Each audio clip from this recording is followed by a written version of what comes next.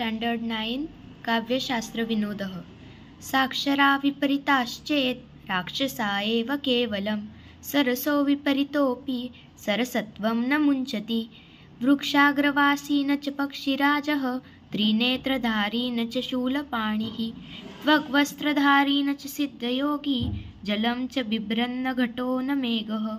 तातेन कथितं पुत्र पत्रं लिख ममाज्ञया, न तेन लिखितं पत्र पितुराज्ञा न लङ्घिता। न तस्यादिर्न तस्यान्तः, यो मध्ये तस्य तिष्ठति, तवाप्यस्ति ममाप्यस्ति, यो जानाति स पण्डितः। मृगमीनसज्जनानां तृणजलसन्तोषविहितवृत्तीनां, लुब्धकधीवरपिशूना निष्कारणवैरिणो जगति। गङ्गायाश्चलन्तरे वारिणि प्रतिबिम्बितं, शोभते तारकायुक्तं शतचन्द्रं नभस्सलं।